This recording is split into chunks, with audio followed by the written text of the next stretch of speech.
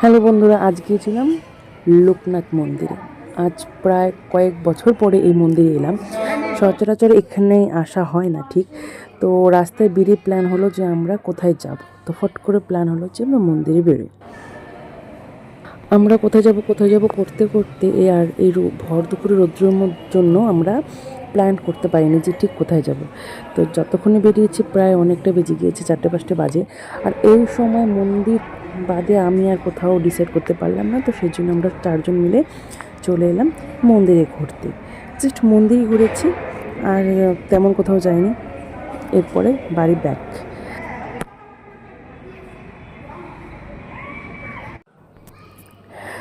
আজ এসেছি, লোক অনেকটাই কম ছিল, ফাঁকাই ছিল।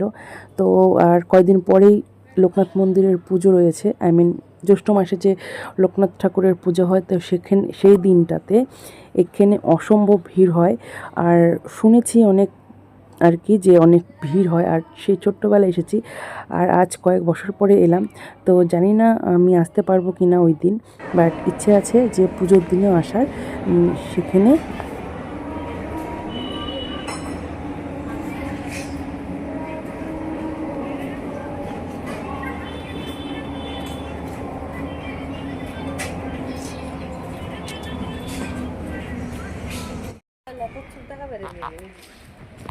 এই দুনিয়ার মাছ, সব তেলাপিয়া মাছ।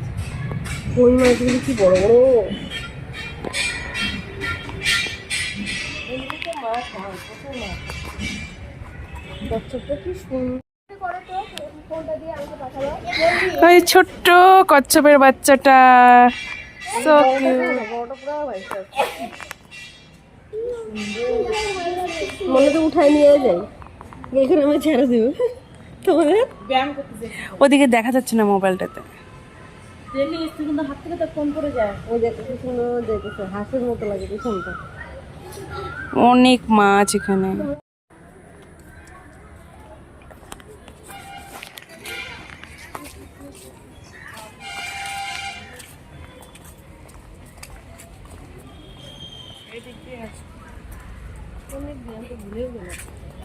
চলো ওদিকে যাই।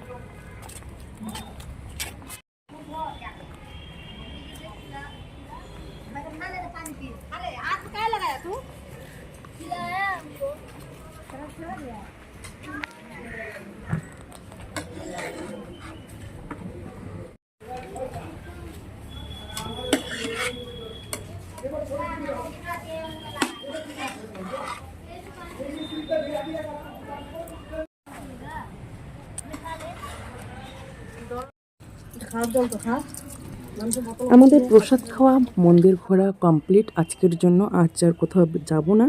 তো এখান থেকে আমাদের বাড়ি রওনা হব। আর আমি যদি লোকনাথ পুজোর দিন আসি তো অবশ্যই আপনাদের দেখাবো যে কীরকম ভিড় হয়। তো আজকের জন্য এখানেই